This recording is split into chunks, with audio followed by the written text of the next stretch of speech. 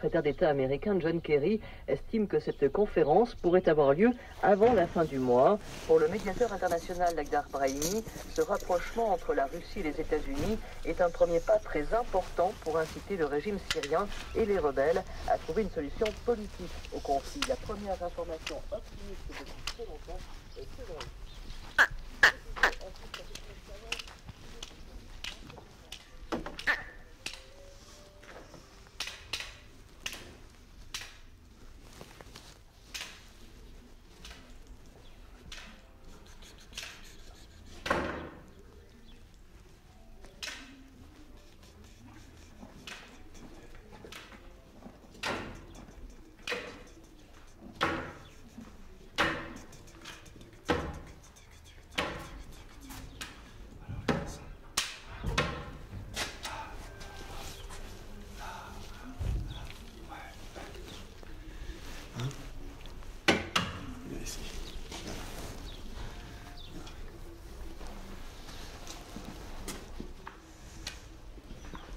Je me souviens que j'ai eu un moment, un très long moment où je suis resté sans monter à cheval.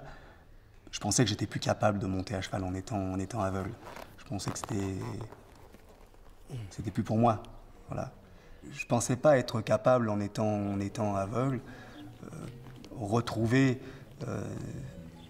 les sensations que j'avais quand j'y voyais.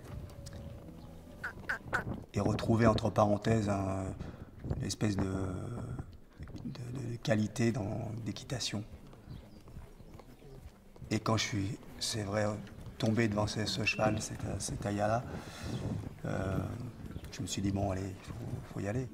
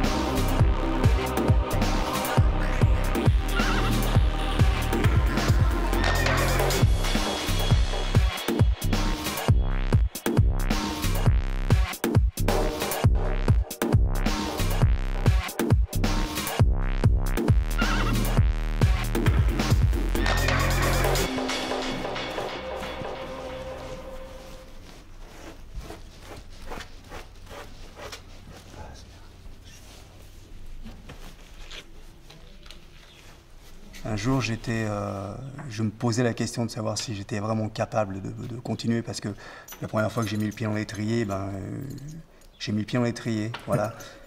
J'ai mis le pied dans l'étrier, puis dans la seconde qui suivait, j'étais de l'autre côté du cheval, par terre.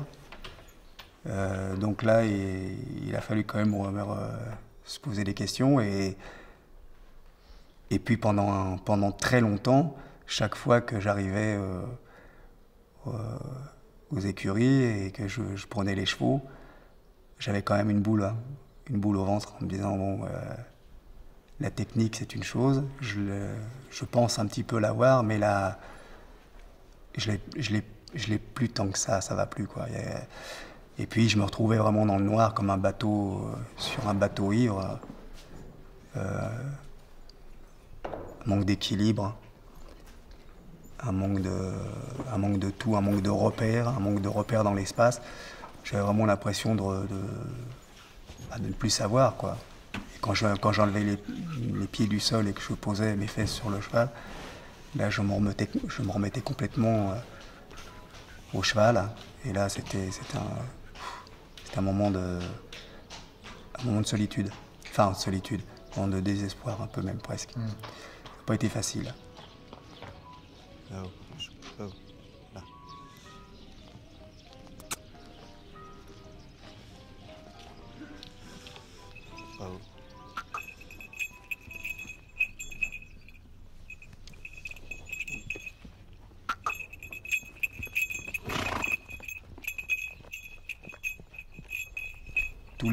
tous les jours, malgré tout, je retourne aux chevaux, je prends mon temps. Et puis là, je me dis que tout ce que j'ai fait avant, il faut non pas le mettre de côté, mais il faut peut-être l'oublier et puis instaurer autre chose.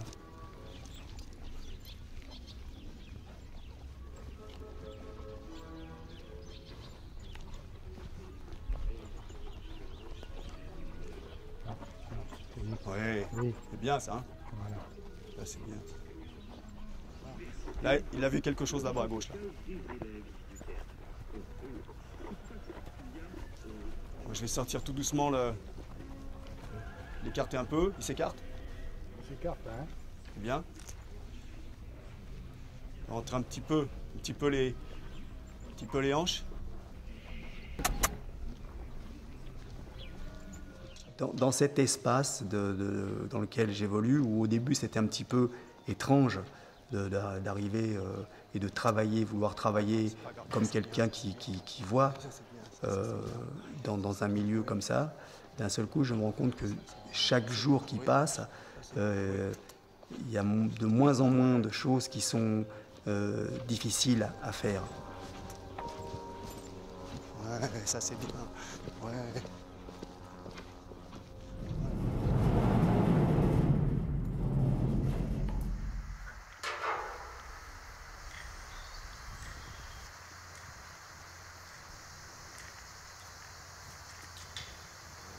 Le matin, c'est de 8 h du matin à midi, je travaille mes chevaux tous les jours.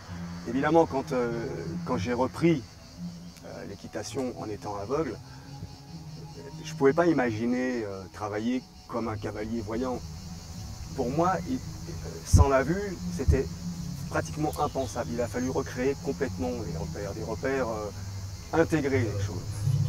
C'est important, mais il faut dire aussi que pour les élèves qui terminent leur enseignement secondaire, c'est l'occasion de rencontrer des questions qui, en un sens, n'ont rien de scolaire.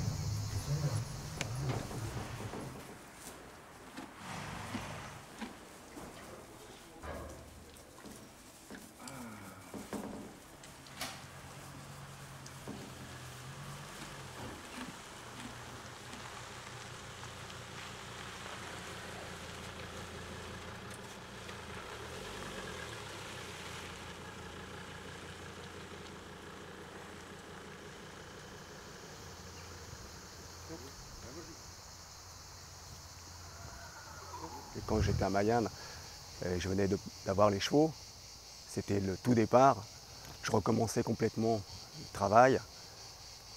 Il se trouve que l'état d'esprit déjà n'est plus le même. Techniquement, il y a une évolution qui s'est faite incroyable. Et puis, comme je dis toujours, quand on est avec les amis, avec Jean-Pierre, avec ma famille, j'ai appris mon métier de cavalier aveugle. Je l'apprends tous les jours. Alors, c'est extrêmement différent. Avant, je parlais de moments compliqués, d'angoisse un peu, de boule au ventre, de choses qui étaient un peu effrayantes. Bon, bah, tout ça maintenant, ça s'est passé. On est maintenant dans la relation, dans le travail, et complètement, je vais dire, dans des choses qui sont exaltantes et passionnantes. Voilà. Le sentiment de vertige, le sentiment d'espace a été dominé, je veux dire, voilà, a été dominé, puis a été intégré dans mon corps. Et on en est maintenant à travailler avec beaucoup de relations, grâce bien sûr à la collaboration que j'ai avec Jean-Pierre, qui est un ami instructeur, qui me fait travailler très souvent. Et puis le travail que je fais assidûment tous les jours, pour monter mes chevaux.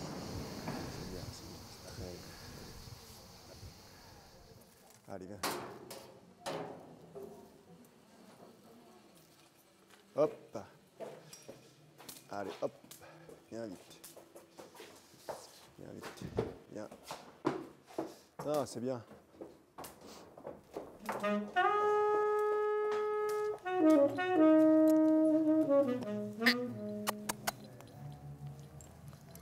Hop.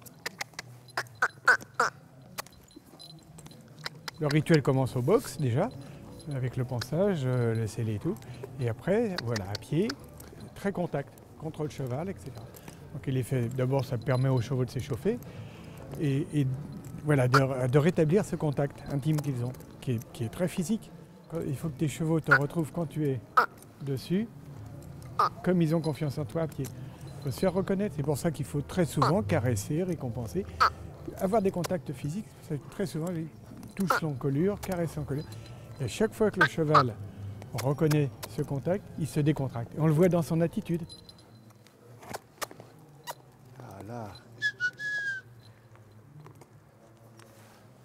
Ah, c'est bien ça. C'est bien ça.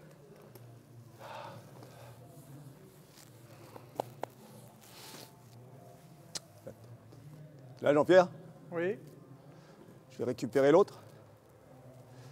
même ta badine. Merci, monsieur. Bon, je le mets en condition. Je vais à mon poste. Oui.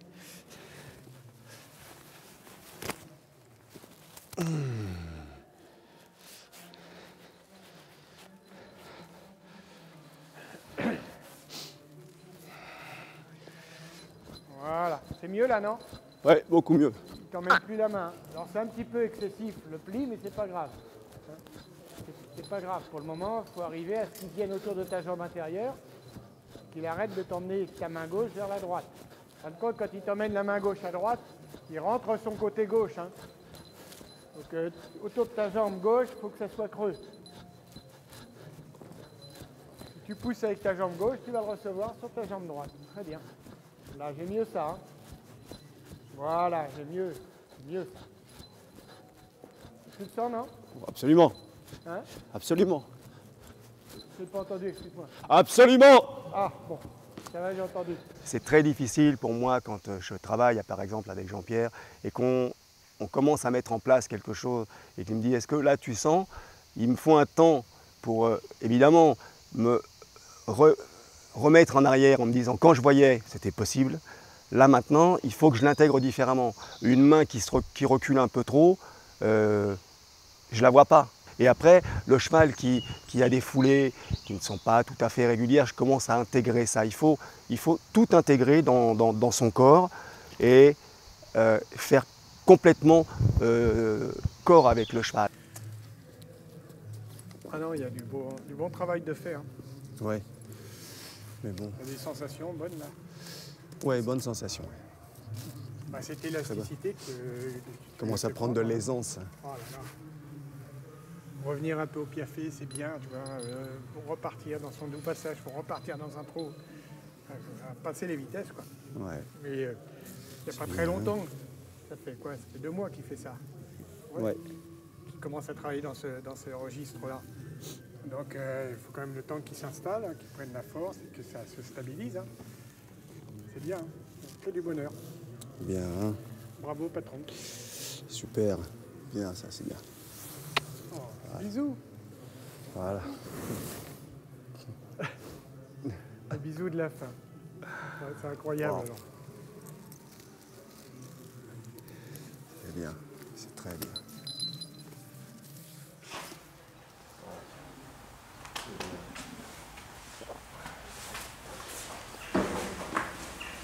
La couverture un peu au chaud.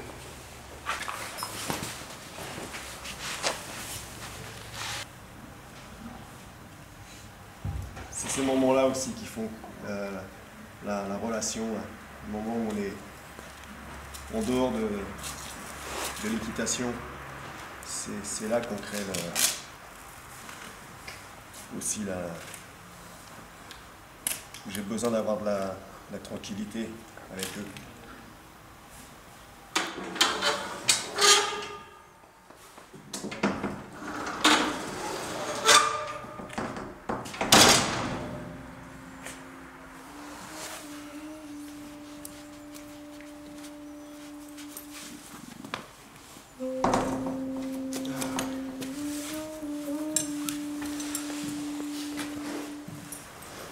Ouais, c'est très, très intéressant. Il fait du grain à moudre.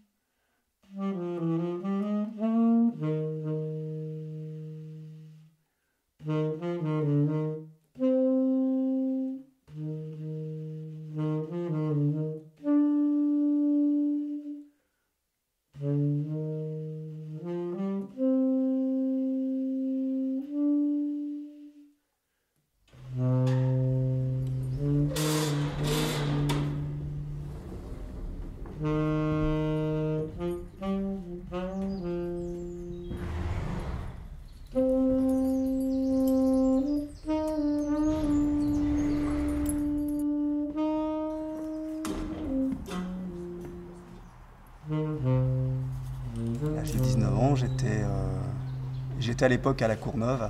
Je vivais à la Courneuve et j'étais monté un petit peu à cheval déjà, mais en balade, en touriste. Puis j'avais rencontré un type qui partait se promener dans l'Oise et je lui ai demandé s'il était cavalier. Il m'a dit ben oui, je monte à cheval.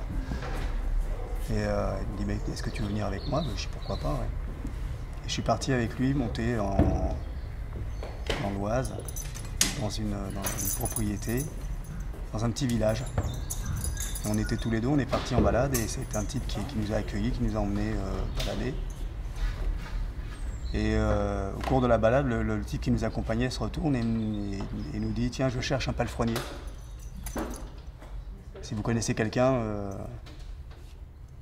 bon, moi j'ai dit ça m'intéresse. » Et ce type, eh ben, c'était Mario Muracci. Et j'ai commencé comme ça dans les chevaux.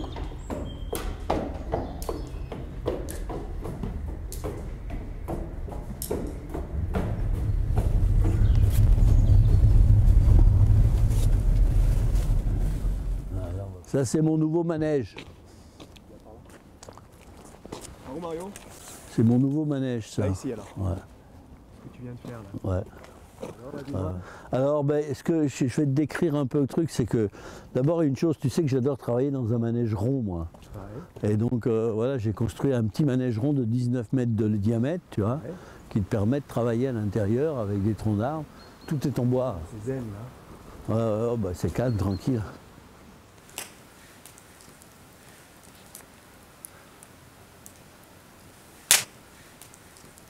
On est parti avec notre chose et notre couteau quand même, tu vois. Ah bah quand je suis arrivé chez toi, oui, effectivement, il n'y avait pas... Oh, c'est ce que je dis souvent, hein. Je suis arrivé, c'était incroyable, parce que le chemin, là... Qui était et il tient toujours le manège, hein. Oui, c'est vrai. Ouais. Le manège qu'on a construit, ça. Le manège qu'on a construit, il tient toujours, hein, j'en reviens pas à dire. Bon, je l'ai un peu restauré depuis, mais... enfin, il tient debout. La base, elle tient debout. Ah, ouais, la base, elle ne bouge pas. Hein. Les poteaux électriques... C'est fait ça tous les deux? Ouais. Il y a combien de temps déjà là? Bon, c'est rien, je ne me rappelle même plus. Il y a en 71 ou 72. Bon. À l'époque où tu es venu chez moi, on en montait 7-8 par jour à des rythmes de malade. Hein. Plus le travail de construire et de fabriquer les trucs qu'on n'avait pas. Hein? C'est vrai. Hein. Ce qui fait que tu es ouvrier maçon dans la journée et puis le soir tu montes à cheval. Ouais. Mais c'est une belle époque, c'est une très belle époque. L'avantage c'est qu'à cette époque-là, il y avait un vrai cinéma qui existait en France, il y avait la SFP, l'ORTF, même l'ORTF, qui faisait beaucoup de films, donc il y avait plein de films d'époque qui étaient faits. Tu te rappelles Cardinal, on était Ah oui, c'était quoi ça? Je ne sais plus comment c'était. C'était Saint-Just. Saint-Just, ouais. Ah oui. La bataille, là. La première chute enroulé à l'arrière, là. Ouais. C'est ce qui m'a... Tiens, ouais, c'est marrant. J'avais été obligé de me maquiller, grimer en... Ouais, je l'ai mis en blanc. En homme blanc, ouais. C'est là où on avait fait faire à Jacques Anton Vamonos Muchachos. Il y avait un mec qui devait faire un beau discours et tout, super génial, armé du Rhin et tout. Et nous, on n'arrêtait pas de déconner. Je sais pas, j'arrêtais pas de déconner en lui faisant voir des kebs, des pirouettes, des machins, et en faisant « Olé, hombre, ven aquí !» On l'a chauffé à mort comme un Mexicain et tout. Et d'un seul coup, il fait un discours d'enfer, vachement bien, un discours vachement bon. Il ferme le discours et il fait « Vamonos, muchachos !» Cardinal qui gueule, mais quelle est la brutille qui a dit Vamonos, muchachos !» Le 3e jour du 2e mois de l'an 2 de la République. Après ce délai, nous entendrons nous-mêmes ces plaintes et nous donnerons des exemples de justice et de sévérité que l'armée n'a point encore vus. Signé Saint-Just, là-bas. Écoute, tu sais que quand même, c'est toi qui m'as véritablement appris à monter à cheval, mais pourquoi est-ce que j'étais... Ah bah si, c'est quand même toi qui m'as appris en 2 mois, souviens-toi quand même, c'était quand même... Je m'en souviens, oui. T'en souviens? Mais est-ce que tu sais comment je suis arrivée chez toi? Philippe de Broca me demande de faire un film et de faire Olympe de Gouges, une guerrière à cheval. Et comme je suis aristo, et que lui il est aristo, lui il pense que tous les aristos ils montent à cheval. Ouais. Donc il ne me pose pas la question, savez-vous monter à cheval? Et quand je reçois, si tu veux, le scénario, je m'aperçois, si tu veux, que toutes mes scènes quasiment sont à cheval, et qu'en plus de ça, comme je suis une guerrière, je suis devant, et qu'il y a une scène à la fin où j'ai 150 chevaux derrière moi. Et il n'est pas question que je me fasse doubler, il n'est pas question que j'ai l'air d'avoir les chocottes.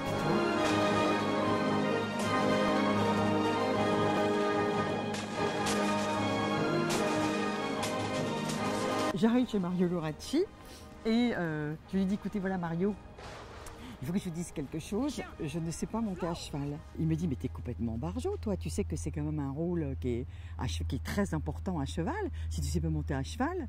Et je lui dis, non, mais je vous en supplie, j'ai très envie de faire ce rôle et tout.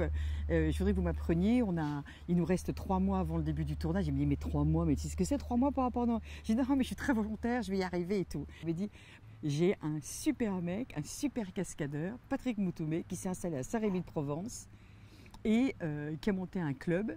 Et lui, il a un cheval de cascade et lui va t'apprendre s'il veut bien, il va t'apprendre à monter à cheval. Et c'est comme ça que j'ai débarqué chez toi. Ouais, c'est vrai. Et tu m'as appris, en 2 mois et demi, tu m'as appris à monter à cheval. Au début, je montais des chevaux du club qui étaient des mules, tu te souviens? Et un jour, tu m'as dit... Bon, maintenant, ça y est, c'est bon. Ça fait 1 mois, mais c'était... Putain, déjà, j'en chiais des ronds de chapeau. Et tu m'as dit, maintenant, tu vas monter Yuma. Il s'appelait Yuma, ton cheval. Ça. Tu m'as mis... Enfin, je suis partie au galop. Évidemment, il m'a éjecté. Et là, tu t'en souviens? Ouais. Raconte-le, quoi. Mais écoute, moi, ce que je me souviens, c'est que la première belle chute que tu as faite, tu es tombée comme une... Comme une merde. Comme une belle crêpe. Une belle crêpe. Ouais, je t'ai vu ramper du côté des cyprès, là.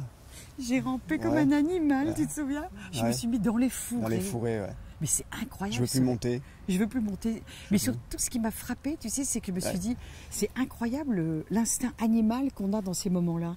Moi, j'ai le souvenir de t'avoir vu extrêmement... Non, j'étais très admiratif. Bon, je ne l'ai pas dit, mais...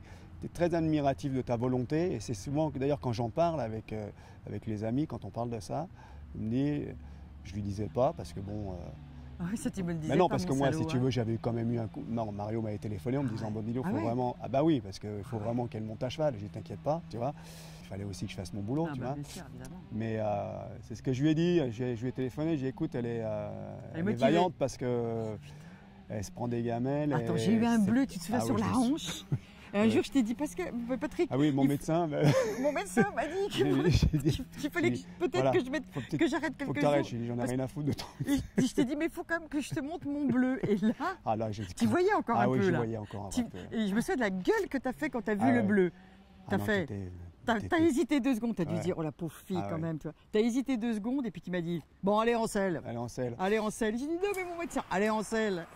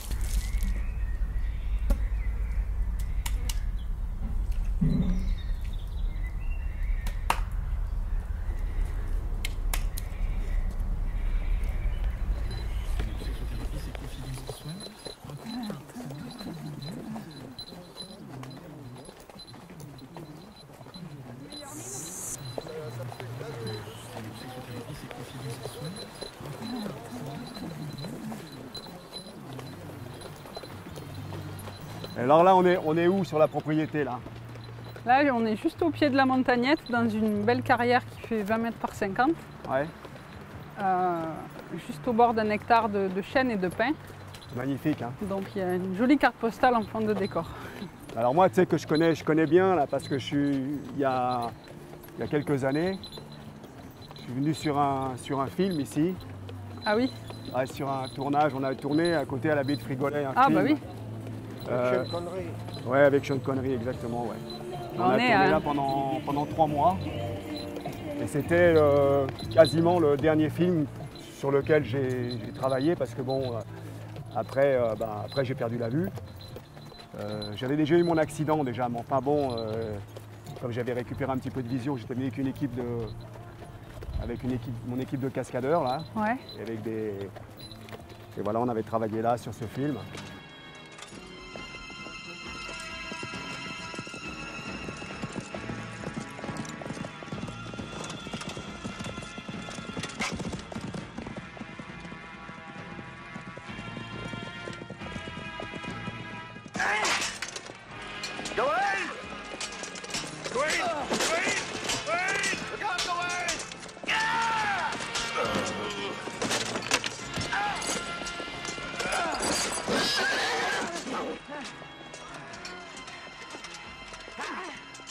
Ça étonne souvent les gens quand je dis je vois. C'est resté un réflexe de voyant, parce que j'ai pas l'impression aujourd'hui d'être aveugle. Quand je suis à cheval, j'ai déjà cette liberté d'avoir le cheval qui est là, qui me donne cette liberté. Et puis je vois tout autour de moi, je vois à 360 degrés.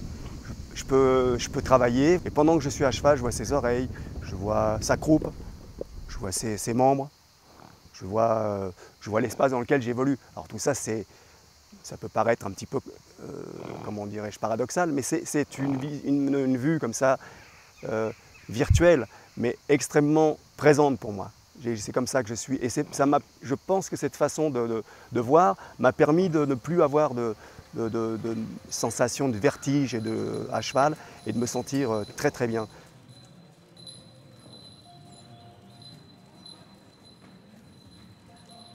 C'est un métier qui n'est pas facile. Je ne suis pas tout seul à avoir eu un accident dans ce métier. Je connais pas mal de types qui ont eu des accidents, notamment un garçon là, qui a eu aussi un accident à cheval, et qui était cascadeur, et qui maintenant lui aussi monte à cheval. Il n'a plus ses jambes, qui s'appelle Bernard Saxé. Il est connu, hein, c'est un type qui est connu. Et bon, il a réussi lui aussi à remettre sa vie différemment, avec beaucoup de courage et peut-être d'exaltation aussi, parce que voilà, il faut être un petit peu exalté, il faut être un peu fou.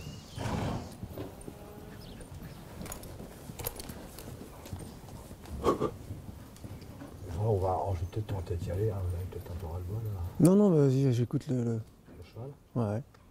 Alors lui, là, l'idée c'est de... Voilà, l'idée après c'est qu'il ait un trot plus rebondi, tu vois, qu'il se serve un peu du galop après pour mieux utiliser sa croupe dans le trot. Et c'est là après le trot pour voir. Enfin bon, le cheval il est en construction, hein, on peut pas le... C'est pas que tes mains se balancent de chaque côté, c'est que comme tu fonctionnes dans tes hanches alternativement et que ton buste est quand même disponible pour tourner légèrement à droite et à gauche, voilà, du coup ça balance les épaules d'une épaule à l'autre et ça le déterre, voilà. C'est comme si tu avais des petites traînes d'appui qui s'alternaient, tu vois, à contrario de la hanche qui avance, tu vois. Voilà, hanche droite, gauche, droite, gauche, et tes mains qui se balancent en cadence. C'est les hanches qui vont te donner, tu vois. Voilà, tac, tac, tac, et là, et tu dégages l'épaule gauche avec traîne d'appui gauche à peine, et droite, et tac, et dans l'axe, et droit devant. Droit devant, voilà. Voilà, en avançant légèrement, voilà.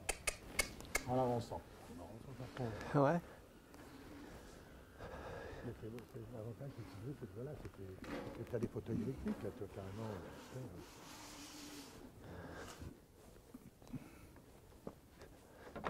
Moi, le fait que je sois en fauteuil fait que je suis trop dépendant des autres avec mes chevaux, tu vois. Donc, je pense que si j'avais été debout, j'aurais fait autrement, et voilà. Mais c'est trop de contraintes pour les autres, et puis voilà. Donc c'est sûr que si j'avais été debout, j'aurais peut-être pas eu la même troisième partie de vie que maintenant. Mais c'est pas du regret, hein, quand je dis ça. C'est-à-dire, vas-y, reviens à ce que tu disais là par rapport à la dépendance. Parce que moi, si tu veux, tu comprends, sceller, amener le cheval, être au montoir, enfin c'est un bordel. Moi qui étais hyper indépendant, qui me faisais mes chevaux tout seul de A à Z, tu imagines la gymnastique qu'il faut pour te retrouver comme une star, entre guillemets, mais pas dans le bon sens, tu vois, c'est-à-dire où t'as la maquillage et la perruque qui te suit en permanence, t'en peux plus, quoi, tu vois. C'est peut-être le plus... Non, je t'ai posé cette question parce que c'est quelque chose que je dis souvent. Le plus difficile pour moi, c'est cette permanence de dire tu as toujours quelqu'un qui vit ton handicap. Exactement. Et donc tu fais subir. Tu fais subir à l'autre. Donc c'est ce qu'il faut arriver à assumer. Pas accepter, mais assumer. Oui. Tu as toujours ton système de bip, non? Non, j'ai mis maintenant plus les radios pour arriver à localiser un peu mon espace de travail. C'est plus les bips, c'est un son, c'est ça que tu veux dire, ouais. Radio, oui, je mets deux radios. D'un côté, je mets une France Musique, l'autre côté France Inter. Tu vois. Ça me permet de mettre mon espace en scène. Une bonne pub pour France Inter ou France Musique. Ouais, c'est bien. Hein. Ouais. Oui. Et voilà, et ça me permet d'être bien dans un confort. Ça parasite pas trop quand même. Voilà. Ouais. Ça me permet de bien d'évoluer dans cet espace. L'espace sonore me donne l'espace de travail. Plus ça s'approche et plus tu sais où tu es. Voilà. Ouais. Et je bosse tous les jours avec assiduité, hein, puis de la lenteur, parce qu'il faut que j'apprenne aussi, moi, à monter en étant aveugle. C'est pas pareil qu'avec ses yeux. Bah oui, c'est vrai. Mais même question d'équilibre, c'est pas le même équilibre. Ouais.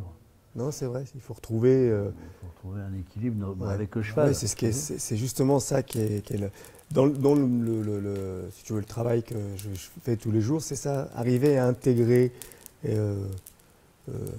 tous les mouvements du cheval, tu vois, même par exemple ça, tu vois, un écart. Je pense que c'est le plus dangereux pour... Oui.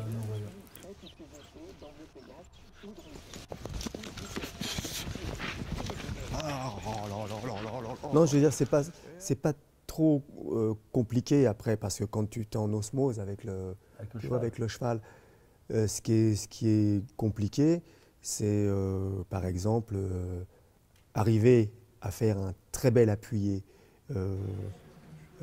qui va de côté et qui avance d'un point à un autre sans perdre la ligne de l'appuyé. Voilà. C'est pas facile à intégrer.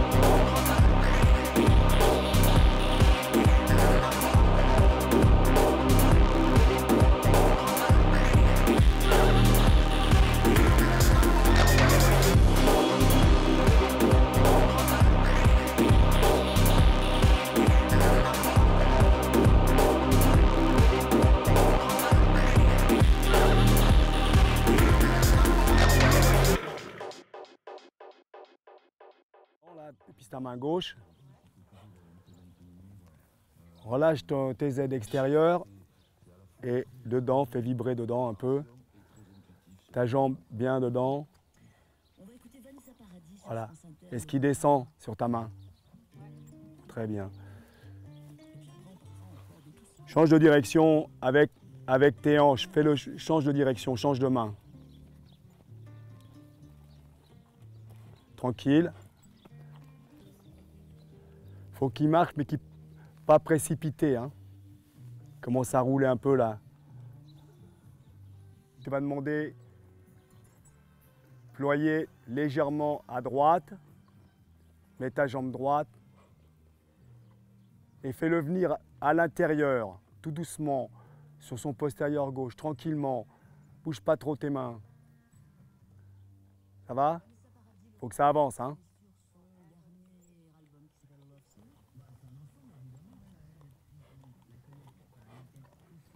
Non, non, non, non. Non, non, non, non, non. Non, c'est pas ça, c'est pas ça. Comme ceci. Donc le cheval, il est ployé comme ça, d'accord? Il passe son postérieur comme ça. Et puis là, tu repars comme ça. On est d'accord? C'est pas ce que tu fais. Je te demande pas après de repartir avec le cheval. Le cheval, il est ployé à droite, à droite, à droite, et il repart à droite, toujours avec son postérieur qui reste en dessous.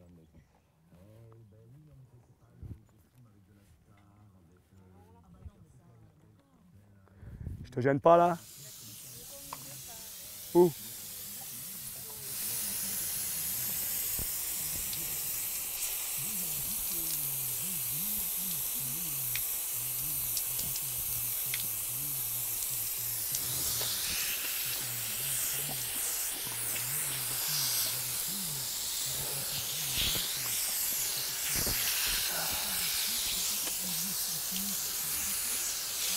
Et là, Julie?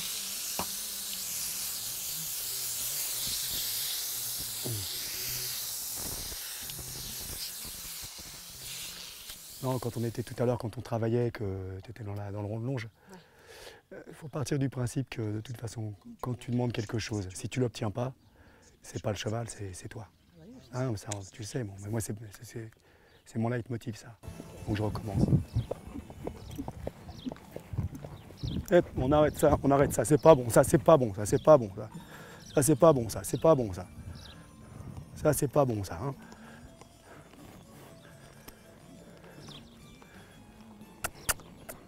Aujourd'hui, on parle d'éthologie, d'équitation éthologique, de comportementalisme, de choses comme ça. Je crois en ça complètement, je veux dire. Je crois qu'aujourd'hui, parce que je suis obligé d'aborder différemment. Je veux dire que la technique, c'est une chose, la relation, c'en est une autre. Et quand on installe une bonne relation, une bonne tranquillité, un chemin extrêmement apaisant pour les chevaux, la technique, après, elle vient, quand on la pose, c'est une évidence pour les chevaux, c'est une évidence. On peut se tromper, ils accepteront après l'erreur.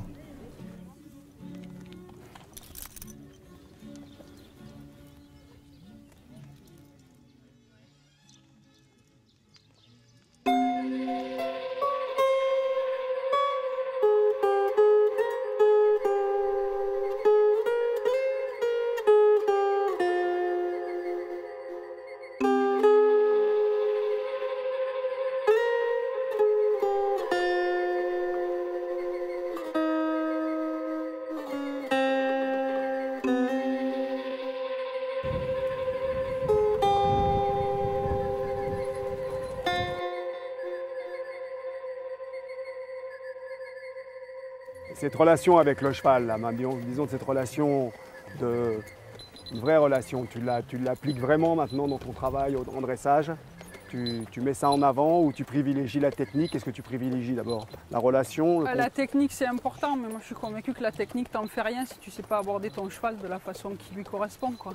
Tout à fait. Donc si tu n'es pas un peu à l'écoute de ce qu'il est vraiment dans son physique et dans son mental, quoi, finalement.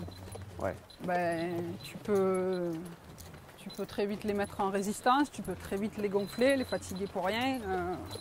Et la performance, elle est vite diminuée. Il ne faut pas faire... Bien sûr.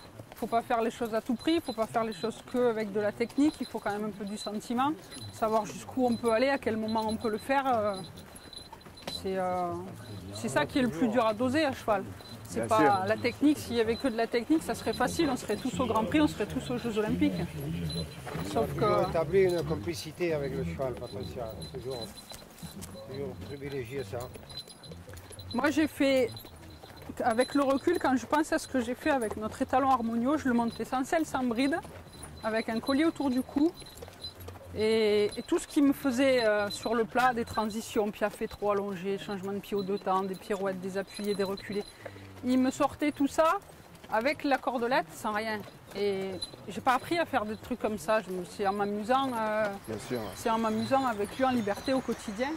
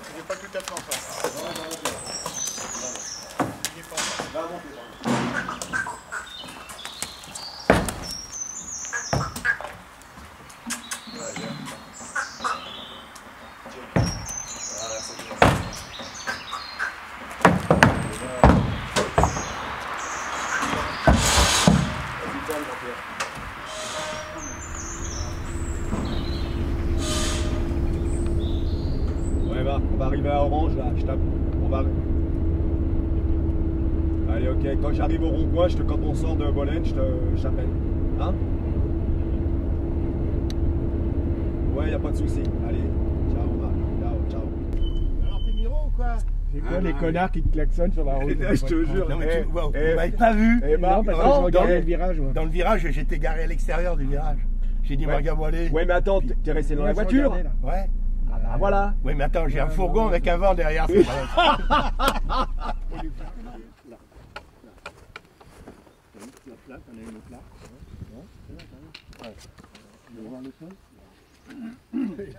peut-être le voir le sol. Et après, sur le côté, il va peut-être le voir de très près.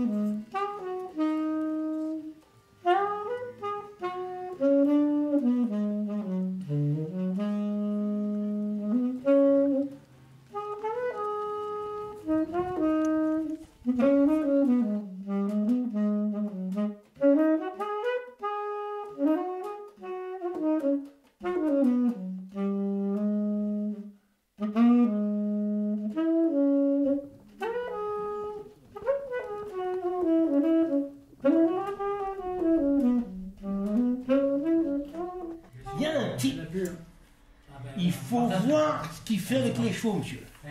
Le type, il voit pas clair. Le type est noir.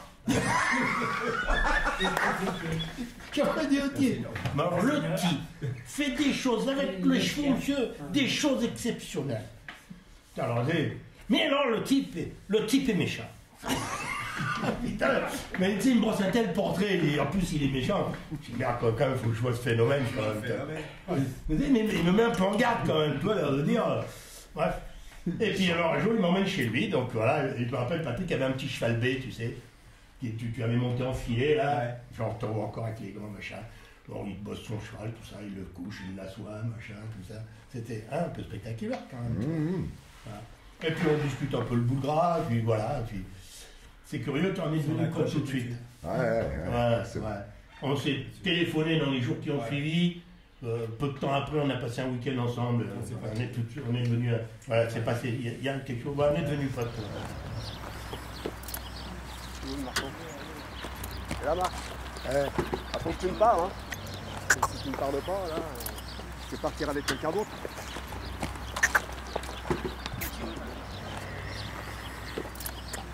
Ça va lui changer du manège. Hein. Ouais, changer du manège. Il regarde tout. Hein. Ah ben il regarde, il a un peu la tête haute là. Ça lui donne de l'élégance. Ça lui donne de l'élégance.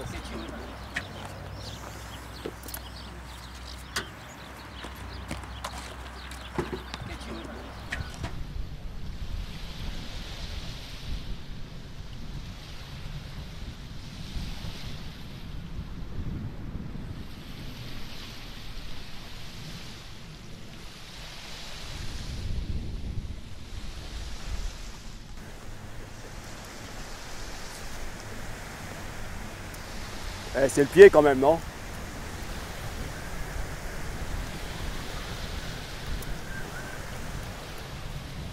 Le fait aujourd'hui d'avoir perdu la vue et d'être obligé de me comporter autrement parce que je n'étais pas capable de monter comme un voyant, et j'étais obligé de me dire voilà, il faut aller doucement, et plus tu iras doucement et plus ça ira vite. Et j'ai compris ça. Bon, et maintenant, je sais que quelque chose qui n'est pas réussi aujourd'hui, bah, c'est pas grave. Ça sera demain, mais demain, si c'est compris, ça va me faire avancer ça me fera avancer de rien du tout, mais ça me fera avancer. Et ça fera avancer surtout le cheval. C'est plus moi que je contente. Je suis très content de voir maintenant les chevaux qui sont bien, qui avancent, qui sont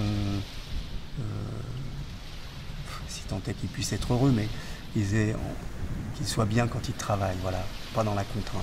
J'espère que je leur impose pas ça. Voilà, ça.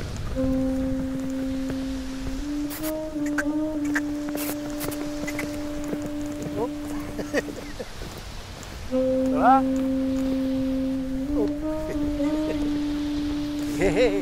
Valer, sono vinta, via.